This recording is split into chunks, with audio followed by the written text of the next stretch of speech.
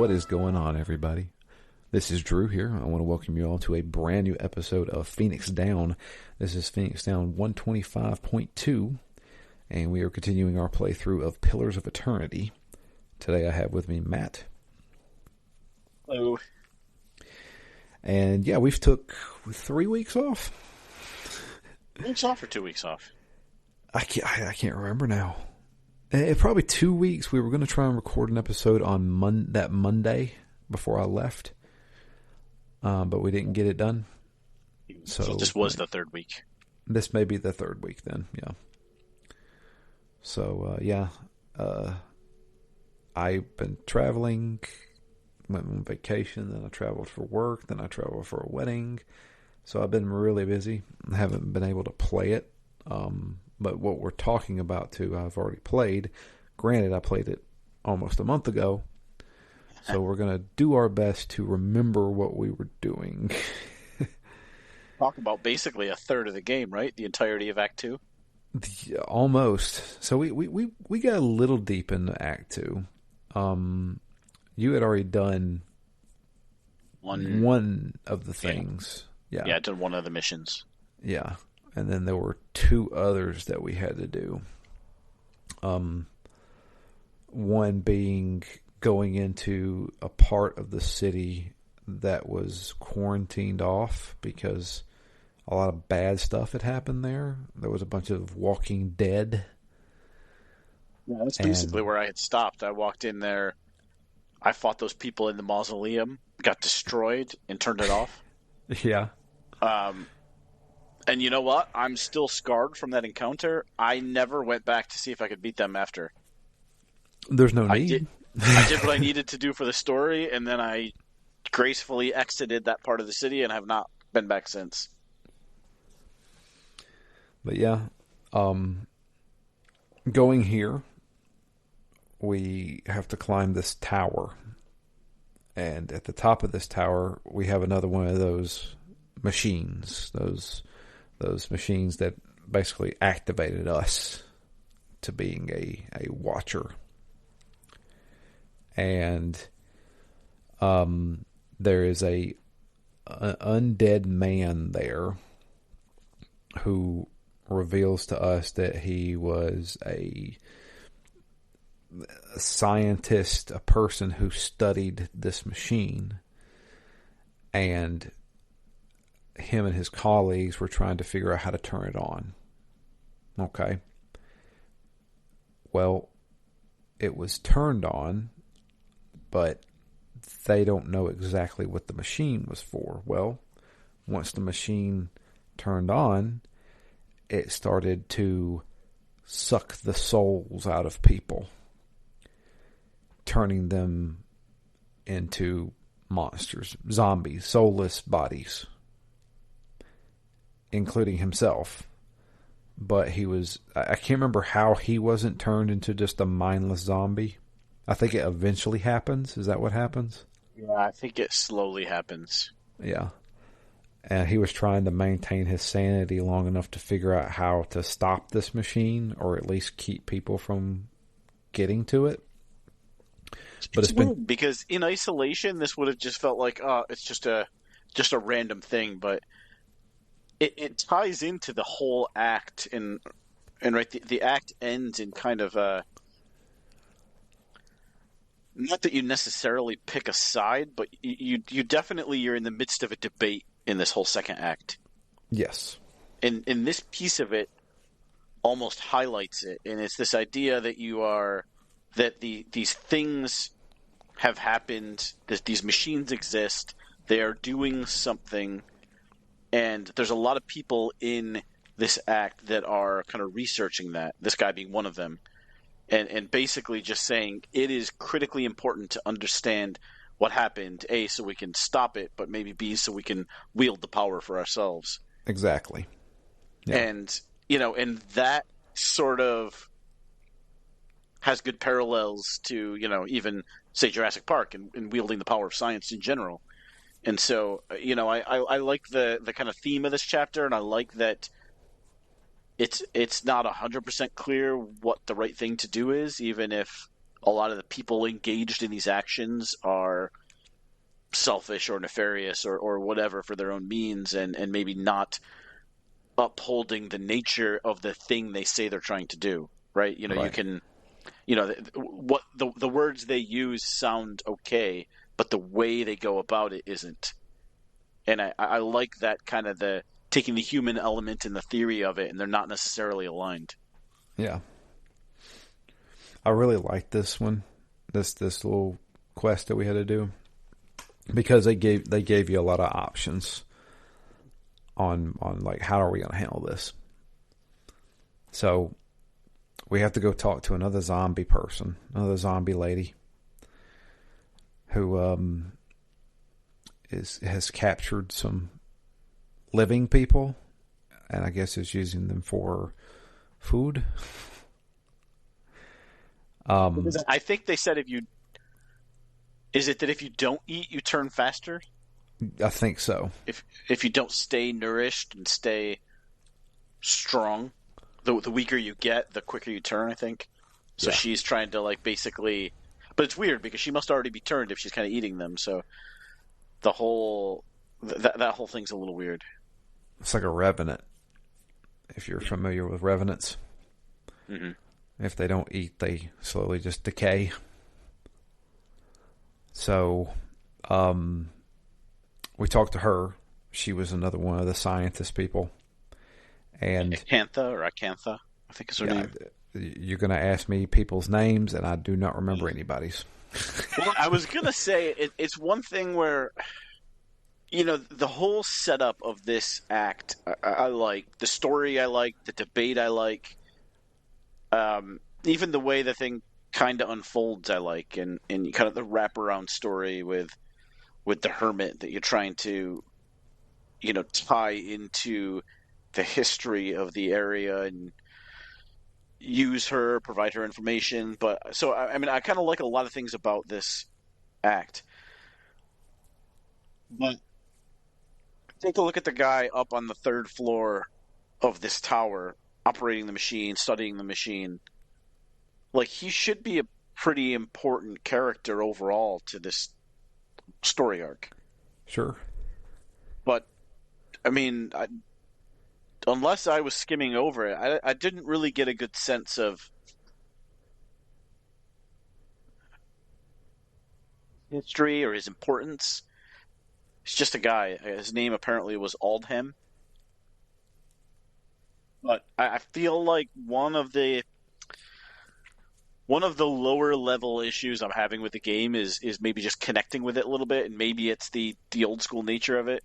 But I Yeah. feel like this act is very cinematic in theory, but the way the game plays doesn't allow it to be as cinematic as the story says it should be. Sure. And I think it's because we don't have those in-game cutscenes with people talking. You know what I mean? Yeah. Not What even the makes not even the character art that can bring them alive a little bit more. yeah, what makes Dragon Age so good, even Dragon Age Origins, is because when you're talking to somebody, you see a cutscene of them talking to you. You're interacting with that person. You're choosing dialogue, and it comes off a little bit more cinematic, but it also comes off interesting. I don't want to say it like that because I think the story is interesting. I just think the way it's delivered is not interesting. It's Reading just a a little wall dry. of text, yeah, reading a wall of text is a little dry. That's the best way to describe it to me. Weird because I love reading, but I feel like there's I keep expecting something big to happen because the environments look good. I mean I'm enjoying what I'm doing and I'm liking the story, but there just seems to be like a gulf between them a little bit. Exactly. That's probably it. I feel like I would enjoy this game a little bit more if it was at least like Dragon Age. I mean, I don't want to keep comparing the two games, but I mean that's the best thing I can compare it to. You know, and it's been a long time since I've played like Baldur's Gate 1 and 2 or like Icewind Dale or any of those games. But I think I'll feel the exact same way with them too. It's very old school. and you kind of a lot of this stuff is left up to imagination. Yeah. So, but yeah, she basically, we have to convince her to tell us the secret to this machine. And there's incantations that you can use, and there's three options we have. There is the first option is to turn off the machine. The second option is to overload the machine and make it explode. And then the third option is to use the machine for your own power. So there's a lot of souls in that machine right now. We could take those souls and absorb them for our own power. So when we return back, we have those options. Now, the scientist guy we met at the top of the tower, he really wants us just to turn them off. Turn it off. Let it end. Let me be free, basically. What did you decide to do in this situation? I just turned it off because my character does not have really a devious streak in him. Right. My character's trying to be maybe a little bit of a goody two shoes and get everything properly working out. So just turned it off. I wasn't trying to steal the power of the souls. Right. I did the exact same thing. My character, same way. My character is not trying to be a goody two shoes. He is a goody two shoes. He is a priest that is devoted to his god, and that's how I'm playing it.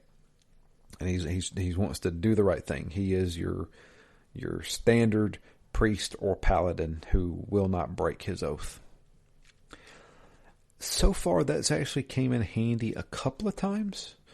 Because I am a priest and because I'm devoted to my God, there has been a few dialogue options where I could be that priest and tell them, look, our God will not tolerate this. You need to repent. And it got me out of a couple of situations.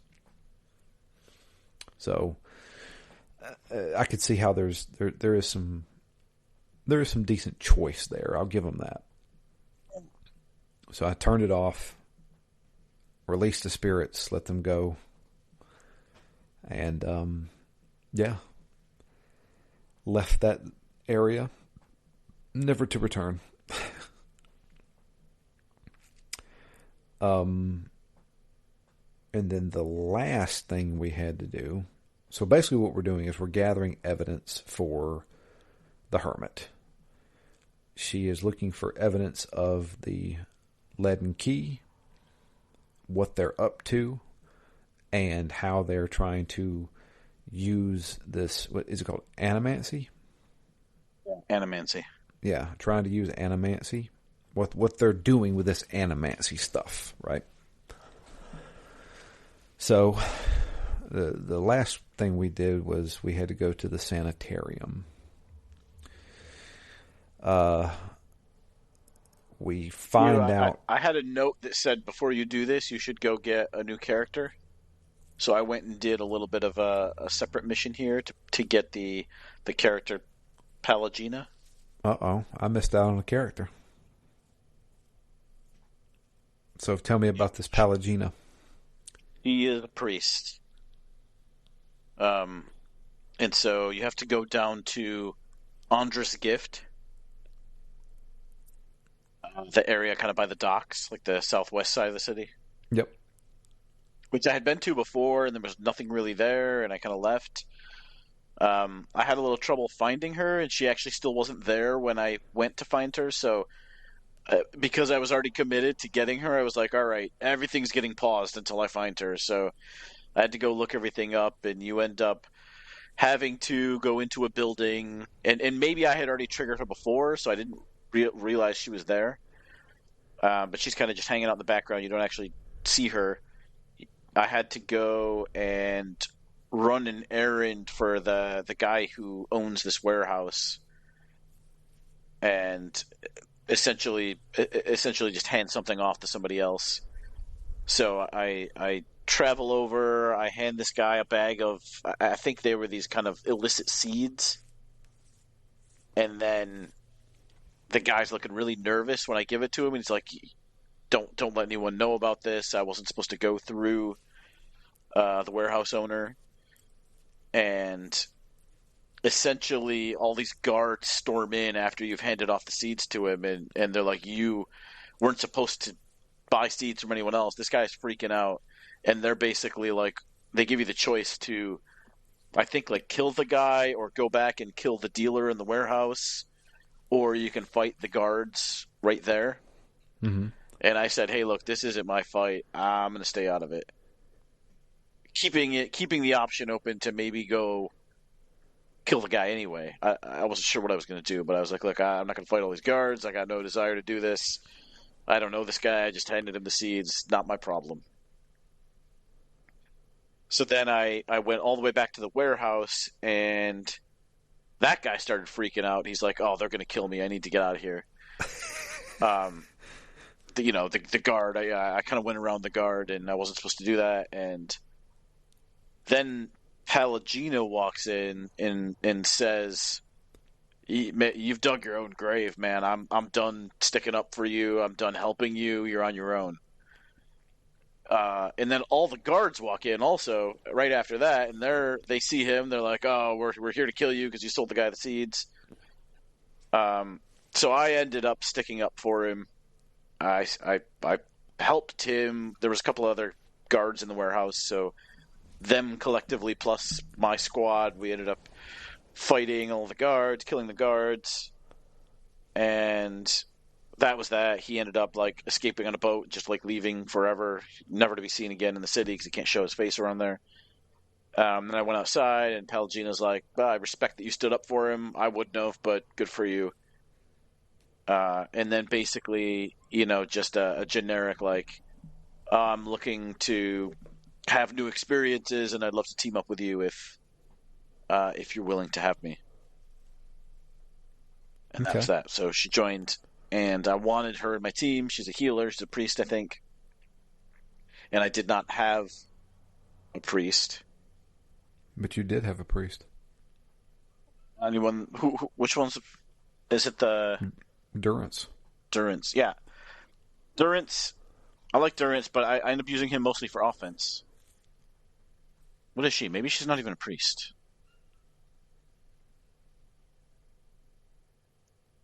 Okay, hang on a second.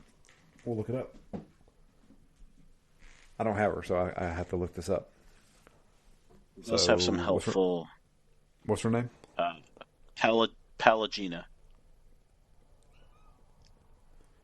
Palagina. Pillar of Eternity. Mm-hmm.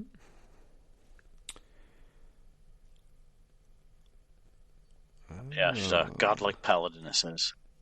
Okay. She has some pretty good perpetual skills. Okay. Where I think everybody gets a defense bonus just for being around her. Oh.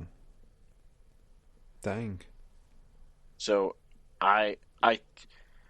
another thing I struggle with in this game is really the stats. And, I sent you that question. I had a big decision in this act. I picked up a gun, right? I spent some money on a gun.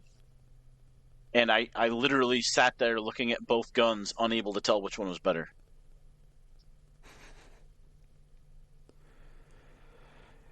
Yeah. I feel like I've struggled with that a little bit in this game.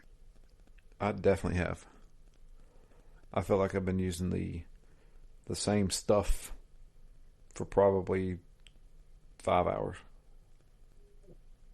It's also weird to me because, I don't know, when I see this isometric view, I think Diablo, and then when I think Diablo, I think lots of loot. And here, I pick up so much stuff that I literally only sell. That's the only value it has to me is I sell it for a few coppers or gold or whatever. I don't have much money in this game. I don't have many exciting weapons or amulets. I pick up when I randomly get a ring or an amulet. I'm like, great. I'm sure somebody's got a slot I can stick this on. Knowing, if I had a bunch of high level gear, I'm not sure how much different this game would even be because I feel like it's been a non factor, and I feel like at this point in the beginning of Act 3, we're coming up to being not too far away from the end of the game, and gear just really isn't a factor. Yeah, that's definitely not for me.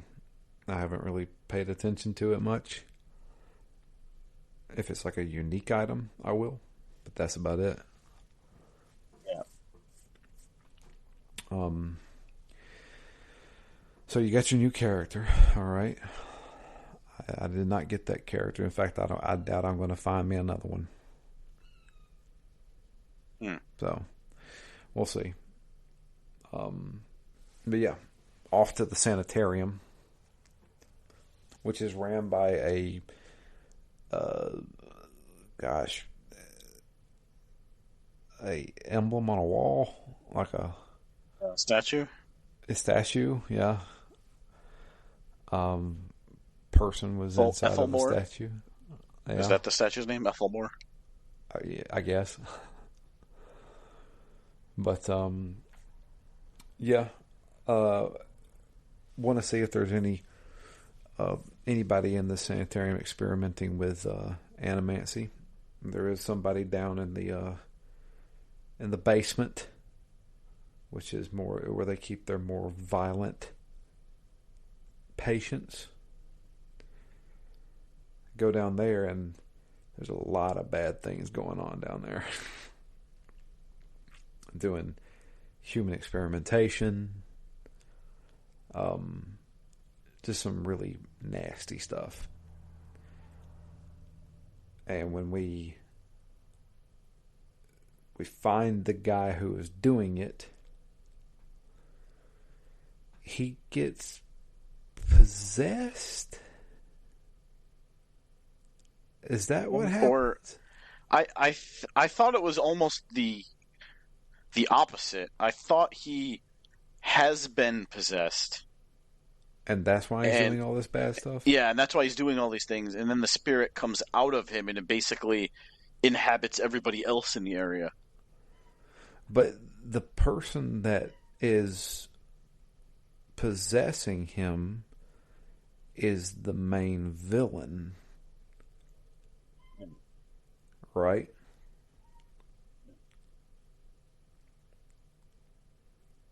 Or am I wrong? Is it a, is he the villain or is he some sort of god? I don't know. I don't know. I think he's just the villain because Yeah. we eventually run back into this guy. Because maybe what he was doing was he was possessing this guy and doing this animancy stuff. Because we find out what the Leaden Key's trying to do. The guy who runs the Leaden Key. He's trying to make animancy look bad, and we don't really know why. So it's all this bad stuff happens, right? These machines start working again that haven't worked in years. There's these bad experiments going on, and it all surrounds animancy, and he's trying to make it look like a bad thing. So it can, I guess, cause confusion for the mass populace, make them start doubting it and stuff like that.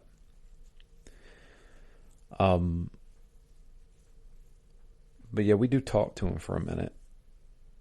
But then yeah, he basically turns everybody in the prison ward, I'll call it, bad, and we have to fight all of them. Yeah, I died here once or twice, maybe twice. I didn't die here.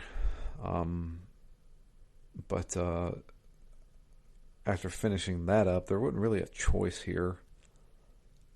There was a choice of like saying what was actually happening in the basement to the head of the sanitarium, the statue. And your choice is basically whether you blame the guy, Cade Minezo, I think, or whether you say it wasn't his fault, he was being possessed. Yeah, Right? And which I it's the other thing I kind of like about this act, right? It's again the same idea of, is the research worth doing? Not that anything in the sanitarium really has enough positivity to it to warrant what was happening, but sure. maybe on the upper levels where they were just trying to help people. I mean, we helped Alof in the sanitarium. Yeah. Well, I told the So, truth. I said he was yeah, he was possessed. yeah, that's what I said too. I said it wasn't his fault, although, I don't know. I don't know what he was doing before he was possessed or when he was possessed, but I think for the most part, it's pretty clear that this Theos is the mastermind here. Yeah. So we've gathered all that evidence, and the reason why we're doing that, we take it back to the hermit. She tells us that we are basically going to be going in front of the council and the a king, not really king, but like the governor. I don't know. And The we have to Duke? get an audience with him. And we're going to basically present what's going on and basically show it as the Leyden Key is doing this. But we can't just walk in there with this evidence. We have to get invited by the people who have already been invited. So we have to choose a group to basically get us in. Someone who's already invited. Yeah. So who did you choose to go in with, Matt? I went with the Knights of the Crucible. As did I. Because they seem like the only people that weren't complete douchebags. Yeah, exactly. I felt like they were already respected in such a way that I felt like having them with me by my side might Yeah. lend my character some credence when he's there. So we had to go do some loyalty missions for them. And then again, even this one, I kind of like that. In my mind, I'm like, all right, this is a lesser mission because it's not a mandatory one, Right. right? Because I could have skipped it and gone with someone else. So I figured it wasn't going to be, not that it wouldn't be that interesting, but that it wouldn't be that important to the story. But it ends up being pretty important because you end up having to fight all the, essentially the soulless husks. Yeah. And again, for me, that's right on theme for this act because the fact that you have to go get the instructions and give it to the guy in the forge, and they're working on the souls to build up their army to replenish their ranks. Yeah. And so again, even in this side mission, you're dealing with the same questions of, is this investigation worth it? Is animancy worth it?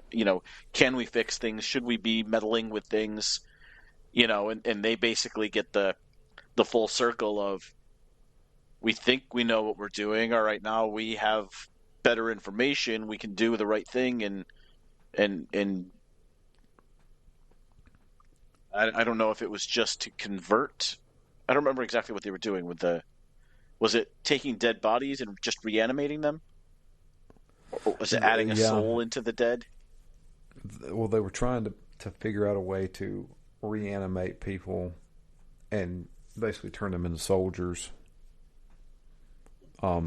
but in a good way, I guess would be the way that they thought that they would be able to train them. You know what I mean? Yeah, that's where I'm struggling because the research into why are children being born without souls obviously has a positive connotation, right? We don't want our children to suffer. No one's going to say that's a bad thing. Sure. If someone's died for of natural causes and you wanted to have a little pet cemetery action and bring them back, uh, that's probably not inherently negative. But when it's building an army of the undead, or it's these experiments, what was happening in the sanitarium. So there's definitely a little bit of a spectrum in here. Maybe they're doing something okay, but then they pay the price for it anyway because all these reanimated monsters start attacking, and so you have to like clear out the Knight's Hall basically. Yeah. Yeah. And it's why I actually really liked this act is because even this quest that I thought was not going to be related at all is exactly all the same central themes of this act and Yeah. raises all these same questions. And you're literally going to this palace to debate this exact thing. So I just really like the way it's structured. Yeah. Yeah, no, it's really good, and I'm willing to bet you I think there was 4 factions that we could go with, and I'm willing to bet you all 4 factions would have something to do with animancy. And is this Exactly. a I kind good of want to thing go or a play the bad other thing? ones now. Yeah, is this a good thing or a bad thing? So after getting the knights, happy, they're going to take us with them. We go meet I'll the tell you Duke. why I didn't go with the Dominal, which was one of them. That was the group of when I was doing that side quest to get Pallegina, that was the group I fought and killed, was the Dominal. Oh, gotcha. So I was like, well, I'm not going with them, that's for sure. And the other one was like a weird like militia, Yeah. like bandits and militia. Yeah. I'm like, And they who's just going to respect them and listen to them? Yeah, like why would I even go with these guys? But yeah, go meet the Duke. We have our little like lands meet, if you will, and we have to present our case. So we have all this evidence. We're showing it off, and the Duke asks us, "Okay, well, you present all this evidence. What do you say? What do you think it is? Should we continue using animancy? Should we limit it, or should we outright ban it?" What did you say? I kind of again went middle of the road. I said we should pause it. We need to do it, but we should pause until we understand it better. That's exactly what I said. But I lean more toward we should ban this shit. Because after Even with the those, scourge of the Hollowborn children?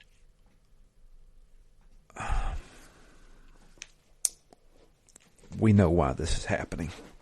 They don't believe us because Yeah. we mention it. We're like, look, this is all just redirection.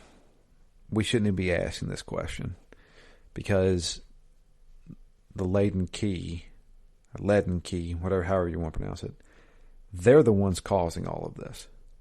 We even say that. They don't want to believe us. They're like, this is, everybody talking about this group of zealots. Who cares about them? They're nobody. But I feel like the cons definitely outweigh the pros in this animancy stuff. If we can cut off the head of the snake, we won't have any more Hollowborn children because we know who's causing this crap. They're making Those it feel look very like close to necromancy. exactly. It is really close to necromancy. So, yeah, it could be a good thing. But as it stands right now, nobody really knows how this stuff works, obviously. And when you don't know how it works, a bunch of zombies show up. So let's at least restrict it for now. Yeah. Are you? You might be just as likely to set off the apocalypse as you are to fix anything. Exactly. But it seems like it doesn't really matter because that possession ability happens again in the meeting hall, and well, uh, the guy's getting possessed kills the Duke, and I'm like, well, I don't know what actually happened here. So it was basically like you got that denier, right? We end it with like, look, all this stuff doesn't matter. We need to start looking at the lead and key. They're the ones that's behind all this crap. And they're like, they're nobody. Don't worry about those guys. Oh no, I just got stabbed by the lead and key. Yeah. Not nobody anymore. Yeah. And then all hell breaks loose. The entire city goes nuts. Yeah, in an instant. Yeah, everybody's like, there's multiple people fighting. People are getting ambushed. It's crazy. And we're like, oh crap, we got to get the hell out of here. But I will say this: there was one thing we missed before we went to this meeting with the Duke. We went back to the hermit. Lady She Webb. told us, yeah. She tells us, I know more about the lead and key than I've been letting on. I was, okay, well, do tell. What's the head guy's name? Theos. I'll say it again. Theos. Theos. Theos. Yeah. She's Apparently like, he's like 2,000 years old, and he's, he's always been hiding in the shadows, and he's super powerful. I don't know if he's quite god level, but I think he's the one that kind of led some revolts against the gods. I think, from what I can gather, from what I understand, he was basically like the first Watcher. And I think what ends up happening is that he's technically, his soul is that old, which according to the lore of this world, everybody's soul's that old. But we get reincarnated and our soul goes into another life. The majority of people pass on. They don't remember their previous lives. But he did. And it got to a point where not only would he remember his past lives, he started planning things in his next life. So 2,000 years ago, he came up with a plan, and every time he passed on to a new life, he still remembered his plan and is continuing his plan. And I think he's the only person in the world that can do this. So he's been plotting for a couple thousand years. We don't know what his plan is, but it obviously has. Currently, part of his plan is making animancy look bad. Why? Don't know. Well, Lady Webb, the hermit, tells us, I know all this because I was his lover. And I loved him and he loved me, but he had a plan and he was never going to deviate from it, no matter what I said or how much he loved me. And she always wanted to know if she could ever convince him to come back to her and abandon this plan. Well, after he possesses whoever and kills the Duke, he then leaves, possesses somebody else, obviously.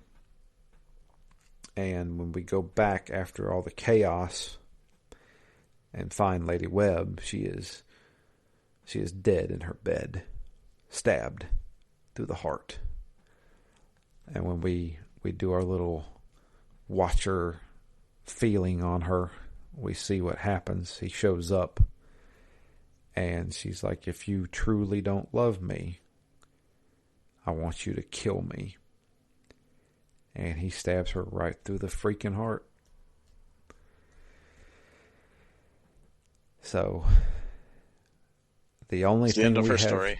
yeah, the only thing we have to go on is that when we did that little flashback seeing that, we see where he's headed next. And that's what, Twin Elms. Oaks? Twin Elms. Twin, Twin Elms. yeah. Yeah, he's going to Twin Elms. The other So thing, that's where we maybe I go. imagine this, but I think in her, when she was telling about her past with him, because she can kind of like see into people's minds, he was the only one that she couldn't see into. Yes, that was part of it. Yeah. And then she, I think, liked that initially, but then grew not to because she couldn't tell if he was being truthful with her. Yeah. Is that, yeah. Yeah. So yeah, definitely some ups and downs for the two of them. But I really liked all that. That was really good. Yeah, and I feel like that's what elevates. So now you've got at least a couple of characters here who are important and tragic and have backstories that are reasonably memorable, at least the way they're intertwined. Intertwined into the whole story, into some of the lore of the world. So while I think some of the characters, like the guy at the top of the tower, got a little bit short thrifted, he could have been more interesting in his own right.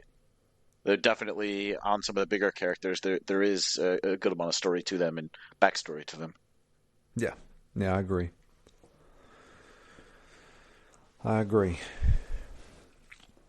That's the end of Act 2. And we're off to Twin Elm. And that is where reasonably I stopped. short. Like I thought Act 2 was going to be even longer than it was. I mean, it's only 4 quests. Yeah, there's a lot in there, though. I don't know how many hours I I'm didn't in. expect. I didn't expect that we would have to then go do a whole other quest to gain access to the hearing. Yeah, that's true, too. I thought that the 4th quest was going to just be closing everything out, getting your information, and going to the hearing. Yeah. That's what I thought, too. And I'd already done it. And you were like, oh, I think I can finish this. And I was like, maybe. But, yeah, that's where I ended. I know you're a little bit farther than me, but I stopped, before Still we caught up. Right at the beginning. Yeah. Well, yeah, I think you kind of summed it up. I think I like the story. I like the lore. I feel like I don't have that connection with the characters that I would in a game like Dragon Age.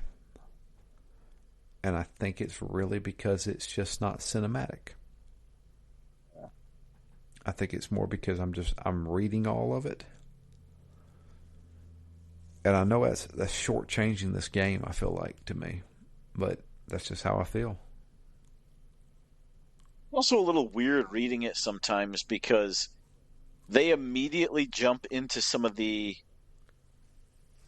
words that the characters say, but what there is to read is more than just the words, right? You're reading about the stance they take, the look that comes over their face, Yeah. and then they start to talk. So usually when the character starts reading their words, I'm reading along with them, and if I happen to finish faster, I'll skip to the next line. It's a little weird in this game that there's the disconnect between what I'm reading and what I'm hearing. Mm-hmm. There were, I don't know how they'd really fix it, but I find it jarring sometimes. Yeah, there's a couple of cutscenes where they just say, "Yes, I agree," but it's a whole paragraph. Yeah, you have to read the whole paragraph to get to the "yes, I agree." Yeah, and I'm just like, man, this is it. It's just a little. I don't even know how to describe it. It's off. It's just a little off to me. Yeah, it's almost like it's dubbed or something in some of those sections because I'm trying to sync up the words with the sounds. Yeah. I don't know. I like I don't know. Maybe it's just a little too old school for me. But I'm still enjoying the game. I think like I said, I think the story is actually really cool. Like there's a lot of good lore in there, and it feels like it's kind of coming together pretty well. You I know? liked it way more in Act Two. I mean, Act One I thought was okay, but when they started introducing the gods and the lore, like it was more than I can handle in my brain, right? Like Yeah. I couldn't tell you now who the gods were, which ones were, were they all top of people's minds and top of their religions at the same time, or have things passed and some gods have risen, some gods have fallen? There's a lot of talk in the first, let's say, 2 hours of this game about characters who stand up for one god and absolutely hate the other god. I'm like, I don't know what I'm supposed to think about that. Yeah. Whereas Act Two was so much more focused on this moral dilemma and this debate that ultimately ends up in the hearing. I really like that the story ties in with the decisions, ties in with the climax. I thought Act Two was really really well done, but Act One I Yeah. was a little bit lost in from a Yeah. from a drive perspective. That's exactly how I feel. Yep. Sums So it if up If nicely. Act Three pulls it all together, then I'd say this has a really both good lore and an interesting story, and if not overly exciting gameplay, perfectly fine gameplay. Sure. And it'll be weird if all of those points are good to better than good, and I'm still a little underwhelmed with the game. Yeah. I know. I think it's just the presentation. Well, I think on the other hand, that's interesting for me is that I don't think I've ever played a game like this. A lot of the ones that you just referenced, and these games that I've heard are great, came at a time where I don't know. I guess I was playing Sonic the Hedgehog or Resident Evil, and I just kind of missed this whole style of gaming. I think when it was not old school, when it was new school. see here. Baldur's Gate.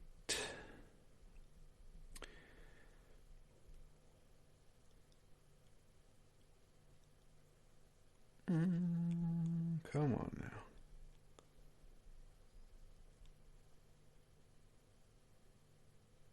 The original Baldur's Gate came out in 1998.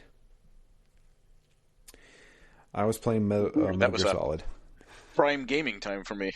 Yeah. I Baldur's guess it Gate wasn't really on 2. a PC though. To be fair, I didn't really get a reasonable PC until just before I went off to college, Yeah.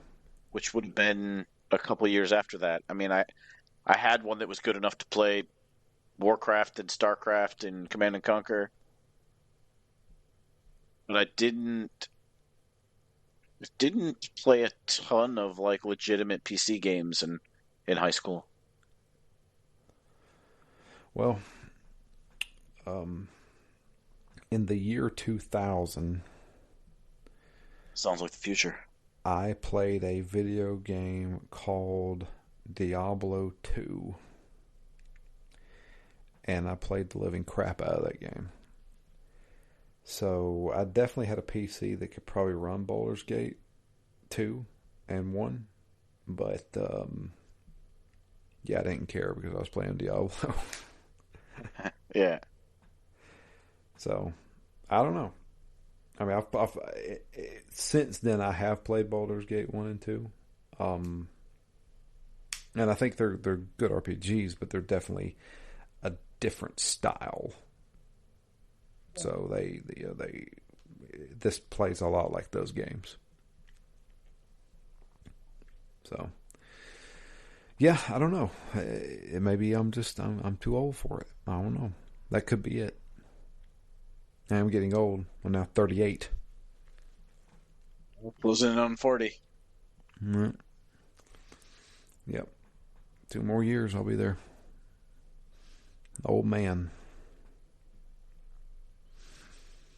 But yeah, that's where we're going to leave off. No emails. If you would like to send an email, it is drew@ztgd.com.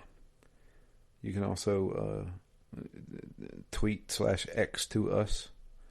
I am at DML Fury. Matt is at REMGS. And the podcast itself is at ZTGD Phoenix Down. But yeah, that's going to be it for us. I'm going to continue on with this. Maybe try to get through Act 3. I don't know how many quests Act 3 is, but we'll see. I'm going to try and work on it as best I can. It looks like it is 3 quests. 3 quests. I'm sure those quests are probably 5 hours apiece. So yeah, we'll see. But yeah, we'll keep trugging along here. But until next time, I am Drew. And I'm Matt. And we are out of here. You guys have a great week, and we will be back with the continuation of Pillars of Eternity.